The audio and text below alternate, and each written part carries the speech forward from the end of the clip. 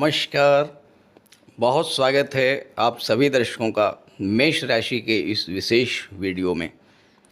30 दिनों के लिए धन लाभ, नौकरी, व्यापार, विवाह और प्रॉपर्टी का विशेष योग 28 सितंबर से 27 अक्टूबर 2025। जी हाँ, जीवन में कभी कभी गोचर काल में ग्रहों के ऐसे सुंदर योग बन जाते हैं कि अगर उस गोचर में भरपूर प्रयास किया जाए तो जो मनोवांछित लक्ष्य को प्राप्त किया जा सकता है।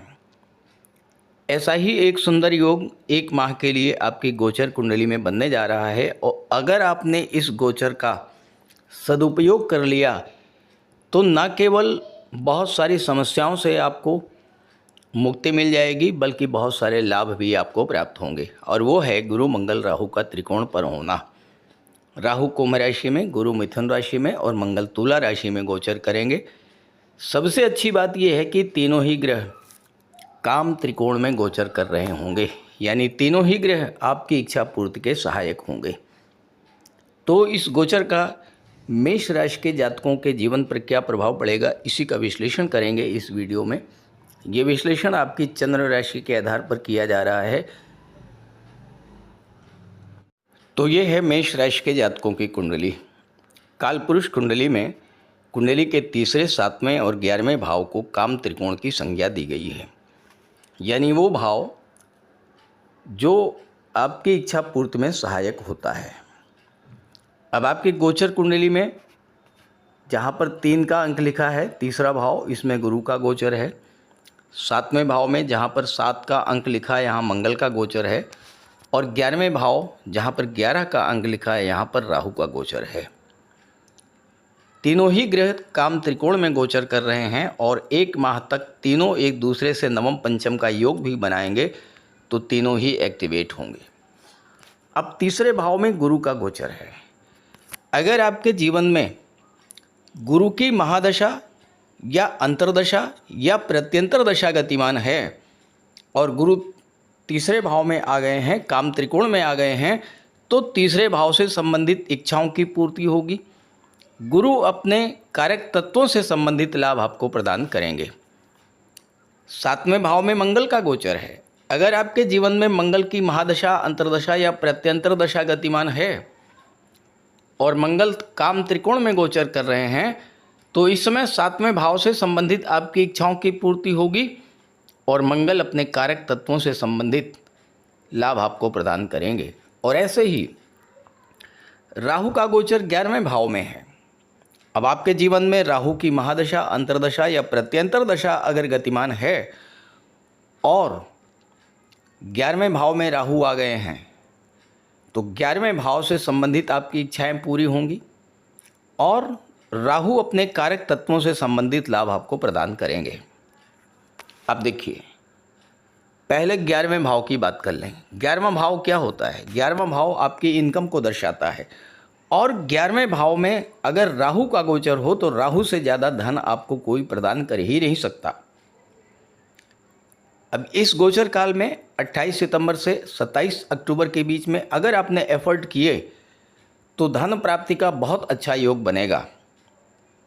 आपका रुका हुआ पैसा आपको मिलेगा, गवर्नमेंट के पास कोई पैसा आपका फंसा है वो मिलेगा, मार्केट में आपका कोई पैसा रुका हुआ है वो पैसा मिलेगा, बिजनेस में पैसा अगर आपका फंसा हुआ है वो पैसा मिलेगा। गुरु भी एक्टिवेटेड हैं, गुरु 12वें भाव के स्वामी हैं। विदेश में आपका पैसा फंसा हुआ है वो पैसा भी आपको मिलेगा। साथ ही साथ चूँकि मंगल 7वें भाव में है, मंगल भी गुरु से त्रिकोण पर हैं, तो विदेश से संबंधित जो व्यापार है उससे भी आपको लाभ की प्राप्ति होगी। अब राहु की दृष्टि तीसरे भाव पर पड़ रही है, 11वें भाव में राहु हैं। अचानक से आपको तीसरे भाव से संबंधित चीज़ों से लाभ मिलना शुरू होगा। तीसरा भाव क्या है? तीसरा भाव है यात्राओं का, तीसरा भाव है कम्युनिकेशन का, तीसरा भाव है लेखन का, तीसरा भाव आपके पराक्रम पुरुषार्थ का, आपकी संवाद क्षमता का है। अपनी वाणी के बल पर, अपने परिश्रम के बल पर, अपनी कम्युनिकेशन पावर के बल पर इस समय आप अच्छा धन अर्जित कर सकते हैं।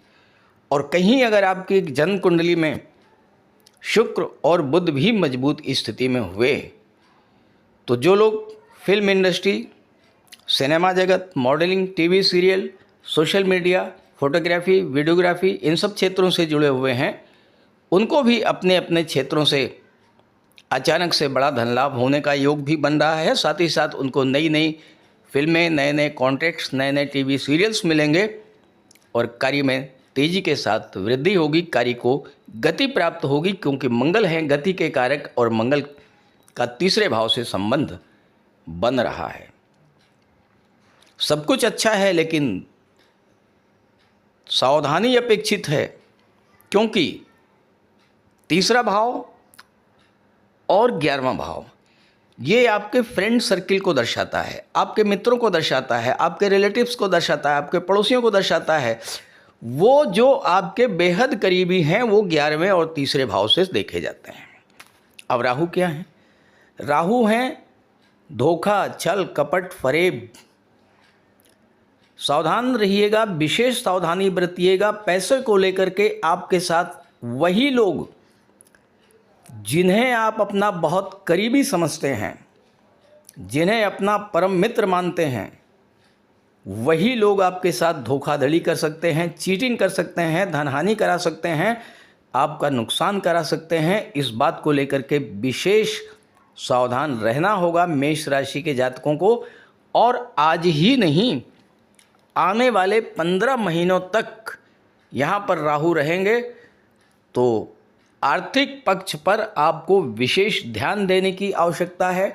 मनी मैनेजमेंट पर आपको विशेष ध्यान देने की आवश्यकता है। धन के निवेश पर आपको विशेष फोकस करना है और साथ ही साथ इस बात का ध्यान रखना है कि किसी के बहकावे में आकर के, किसी की बात मान करके कहीं कोई गलत निवेश आपसे ना हो जाए, इसका ध्यान रखें। अन्यथा आपके मित्र ही आपको धोखा देने की स्थिति में हैं, आपको नुकसान दे देंगे।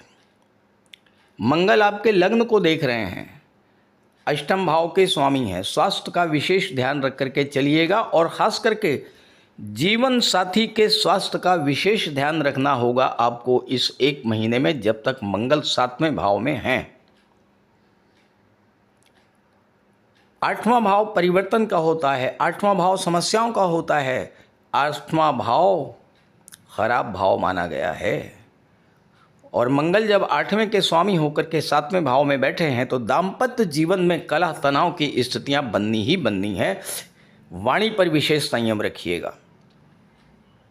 परिवार में जीवन साथी के साथ बेला वजह की बहस से बचें और कोई समस्या हो तो शांति से बैठ करके उसे सॉर्ट आउट करें। क्रोध बिल्कुल ना करें, जल्दबाजी बिल्कुल ना करें, उग्रता ना दिखाएं और जल्दबाजी में किसी तरह का डिसीजन मत लीजिएगा। हालांकि मंगल प्रॉपर्टी की दृष्टि से अच्छे हैं, व्यवसाय की दृष्टि से अच्छे हैं, लेकिन दाम्पत्य जीवन की दृष्टि से आपके लिए समस्या पैदा करेंगे। इस बात को ध्यान रखिएगा, क्योंकि मंगल की दृष्टि लग्न पर भी है और मंगल की दृष्टि दूसरे भाव पर भी है, जो कि वाणी का भाव है। वाणी में कटुता, क्रोध और उग्रता डेवलप करेंगे मंगल। इस चीज़ को लेकर के आप बहुत सावधान रहिएगा। गुरु की दृष्टि पड़ेगी 9वें भाव पर, भाग्य का साथ मिलेगा, पिता का भी सहयोग मिलेगा, आपके सीनियर्स का, बॉस का, आपके गुरुजनों का आपको सपोर्ट मिलेगा, सहयोग मिलेगा, मार्गदर्शन मिलेगा। लेकिन सावधानी तो आपको रखनी होगी। वाणी पर संयम रखें। किसी पर आंख बंद करके भरोसा बिल्कुल मत कीजिएगा। अपने बुद्धि विवेक का प्रयोग कीजिएगा। अपनी बात सुनिएगा, अपनी बात समझिएगा। आपका मन क्या कह रहा है, आपकी आत्मा क्या कह रही है, क्या आप जो डिसीजन लेने जा रहे हैं उस डिसीजन को लेकर के आपके मन में कोई संशय तो नहीं है। और अगर किसी तरह का संशय है तो उस डिसीजन को 1 महीने के लिए टाल दीजिएगा। तो ये सावधानी बरतिएगा तो आर्थिक दृष्टि से बहुत अच्छा है ये महीना। इस गोचर का लाभ उठाएं। लेकिन हाँ, मेष राशि के 1-2 नहीं, करोड़ों जातक हैं, तो क्या सबको एक जैसा लाभ मिलेगा? ऐसा तो बिल्कुल भी संभव नहीं है। इसलिए अगर आप ये जानना चाहते हैं कि आपकी जन्म कुंडली में ग्रहों का गोचर किस तरह का है और किस ग्रह के कारण आपके जीवन में समस्या है, तो इसी वीडियो के डिस्क्रिप्शन बॉक्स में मैंने अपना व्हाट्सअप नंबर दे दिया है। उस पर आप अपनी समस्या भेज सकते हैं और मैं आपकी समस्या का समाधान करने का पूरा प्रयास करूंगा। नमस्कार।